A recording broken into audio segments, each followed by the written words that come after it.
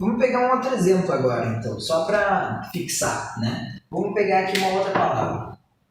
Palavra macacagem. Macacagem. Só para a gente ver se aprendeu, tá certo? Quantas letras tem? 1, 2, 3, 4, 5, 6, 7, 8, 9. A gente tem o M que aparece 2 vezes, a gente tem o A que aparece 1, 2, 3 vezes, a gente tem o C que aparece 1, 2 vezes, a gente tem o D que aparece 1 vez, o E que aparece 1 vez.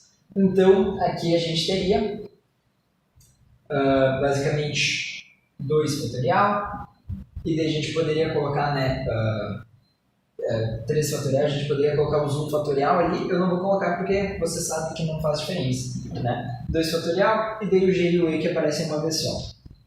Dividindo, então, 9 fatorial.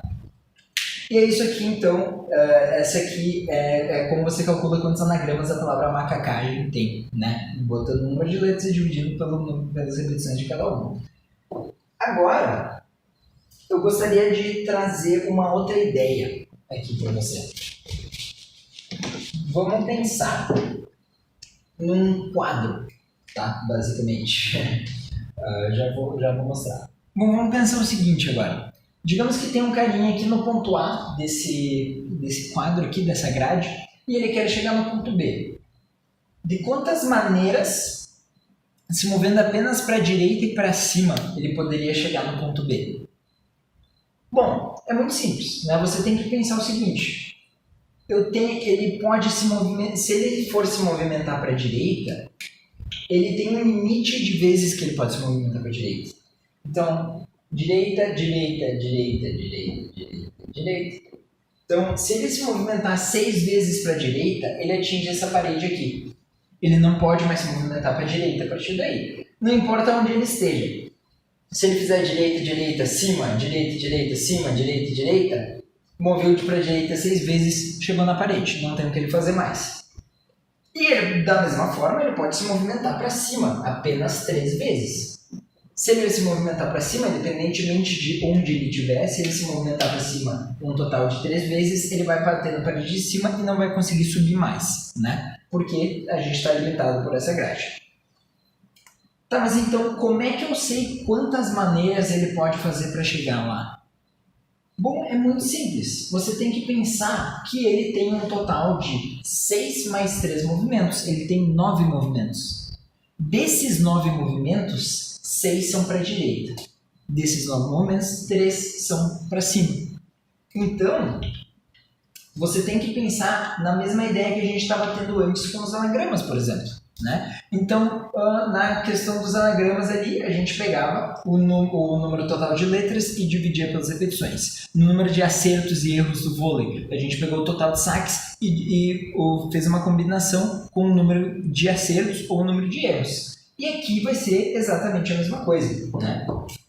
Então, a gente tem um total aqui de 9 movimentos, né? 6 para a direita, 3 para cima, e a gente tem que escolher 6 deles para ser o movimento para a direita.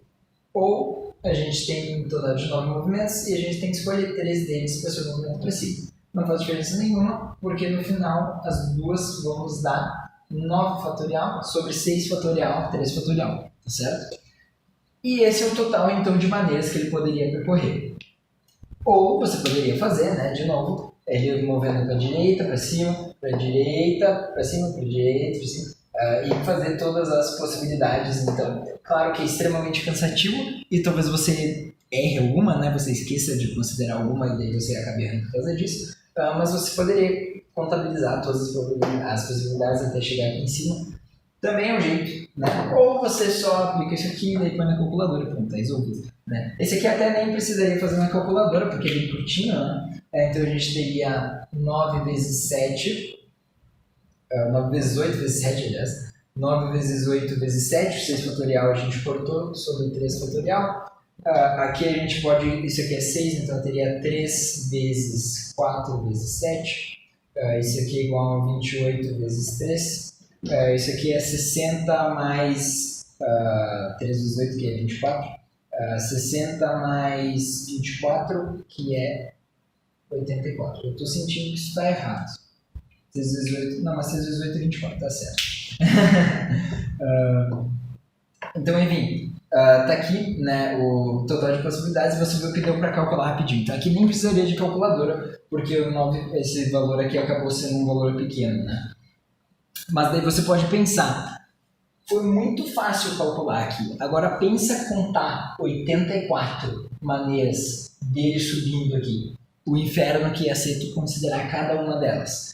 Então é aí que entra a ideia, né, de a gente utilizar isso aqui para não sofrer calculando contando, aliás, né, cada uma dessas formas. A gente só vem aqui e calcula, porque é tão mais fácil que é ridículo, né? E agora então, só para encerrar essa parte aqui de análise combinatória, eu quero que você se atente para uma coisa. Às vezes a gente vai precisar juntar mais de uma combinação, tá? Isso é algo que você tem que tomar cuidado. Ou às vezes a gente tem que juntar uma combinação com um arranjo, ou a gente tem que juntar mais de um arranjo. Isso são coisas que podem acontecer dentro de uma questão, por exemplo, ou do seu cotidiano, caso você esteja considerando alguma coisa, você tem que tomar cuidado. Então vamos dizer o seguinte, vamos dizer que a gente tem 4 meninas. O quadro não quer parar. 4 meninas e 5 meninos. E a gente quer saber de quantas maneiras a gente pode organizar esses meninos e essas meninas, de modo que as meninas estejam na frente.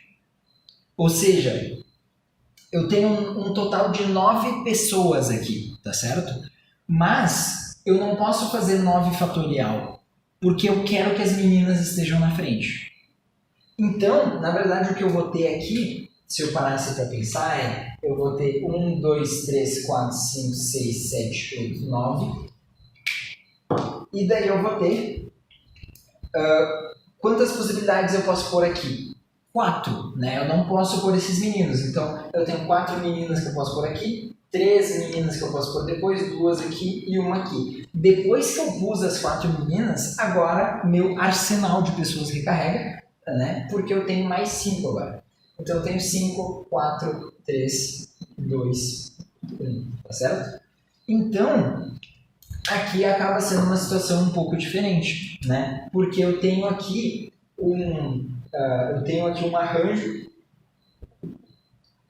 de 4, escolhe 4, né? Ou uma permutação, vezes um outro arranjo de 4, de 5, aliás, escolhe 5, né? Ou, de novo, permutação. Isso então é igual a 4 fatorial vezes 5 fatorial, tá? Isso aqui é homólogo, inclusive, é uma coisa bem parecida com o que aconteceu na questão da URGS, que eu corrigi, na questão 59, se eu não me engano. Então, se você não viu, você pode ir olhar, você vai ver que era uma questão bem parecida com essa. Só ao invés de meninos e meninas, eles estavam falando sobre uma senha, né, que utilizava a placa, e daí a placa tinha números e dígitos, né? E daí era para você calcular, na verdade, não lembro se era uma placa, uma etiqueta, alguma coisa assim, enfim. E daí você tinha números e dígitos, e daí você tinha que considerar isso aqui, tá certo? E daí tem várias possibilidades aqui que podem acontecer nessa questão da análise combinatória. Então eu recomendo que você pegue e faça várias questões de análise combinatória. Porque a análise combinatória é algo que, para um nível assim de Enem vestibular, se é isso que você quer, talvez você não precise se aprofundar tanto mesmo. Mas, se você vai fazer qualquer coisa mais complicada, ou mesmo para a sua vida mesmo, né? Você precisar de análise combinatória, eu recomendo que você faça várias questões. Porque isso aqui foi um dos exemplos que eu dei, dos vários que podem aparecer em que você gostaria de calcular o número de possibilidades, né? De organizar alguma coisa. Ou às vezes você tem uma questão e daí você quer saber o número de... digamos, você quer saber essas pessoas aqui, mas... essas duas pessoas não podem estar juntas. Ou você quer saber essas aqui, mas essas duas pessoas precisam estar juntas, né? Então, digamos, eu vou mandar tantas pessoas para determinada tarefa, mas se eu mandar a pessoa X, a pessoa Y também tem que ir, porque eles precisam trabalhar juntos. Ou se eu mandar a pessoa X, a pessoa Y não pode ir porque não aceita, sei lá, não aceita marido e mulher no mesmo trabalho, que seja, sei lá. Ou, sei lá, um professor, por exemplo, pode estar organizando os grupos de trabalho dele, né? E ele diz, não, mas eu não quero deixar os amigos junto, né? Então eu quero saber quantas possibilidades de grupos de trabalho eu tenho, mas eu não posso deixar fulano de tal e fulano de tal junto porque eles são amigos e eu não quero que os amigos fiquem junto na divisão dos trabalhos, eu quero que os meus alunos aprendam a trabalhar com outros alunos, né? Com pessoas que eles não têm costume de trabalhar. Então tem uma infinidade de possibilidades ali, né, que você poderia considerar. Ou, por exemplo, assento no cinema e daí dois namorados precisam estar juntos e daí você tem que lembrar, por exemplo, de multiplicar por 2, porque eu posso ter o homem e a mulher ou a mulher e o homem, né? Então são vários detalhezinhos ali que a gente precisa prestar atenção quando a gente está fazendo essas questões. E eu recomendo que você pegue na questão de análise combinatória que tenha uma solução na internet ou você peça para o seu professor te ajudar. Porque a análise combinatória ela é bem chata na parte de que você não consegue... É muito difícil você descobrir sozinho o que você errou, sabe? E isso é uma coisa bem irritante e algo que me incomodou bastante enquanto eu aprendi análise combinatória, porque eu gosto de estudar sozinho e às vezes eu estou fazendo uma questão de análise combinatória, eu erro, meu resultado é diferente do da questão, e daí eu fico olhando e eu nunca descubro por que o meu deu errado. E daí eu vejo que, não, essa aqui é o modo de resolver. Beleza, tudo bem que esse é o modo de resolver, mas por que o jeito que eu fiz está errado, sabe? E isso me deixa empolgado. E daí, se eu não tenho um professor para me dizer, ou se eu não tenho um vídeo explicando qual que é o raciocínio, enfim, mesmo que tenha um vídeo explicando o raciocínio, às vezes você não sabe por que o jeito que você pensou está errado para você corrigir, então é bem irritante às vezes. Então é uma coisa que recomenda muita atenção.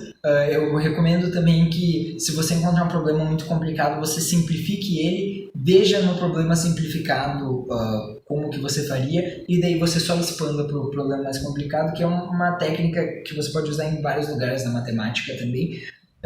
Mas enfim, essa foi minha aula então de análise combinatória. Eu espero que vocês tenham gostado. Se vocês gostaram, por favor, cliquem em gostei, se inscrevam no canal e compartilhem esse vídeo para os seus colegas, com seus amigos, quem for que possa se interessar por um vídeo de análise combinatória.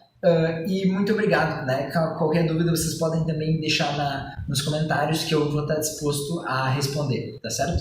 Isso aí, muito obrigado.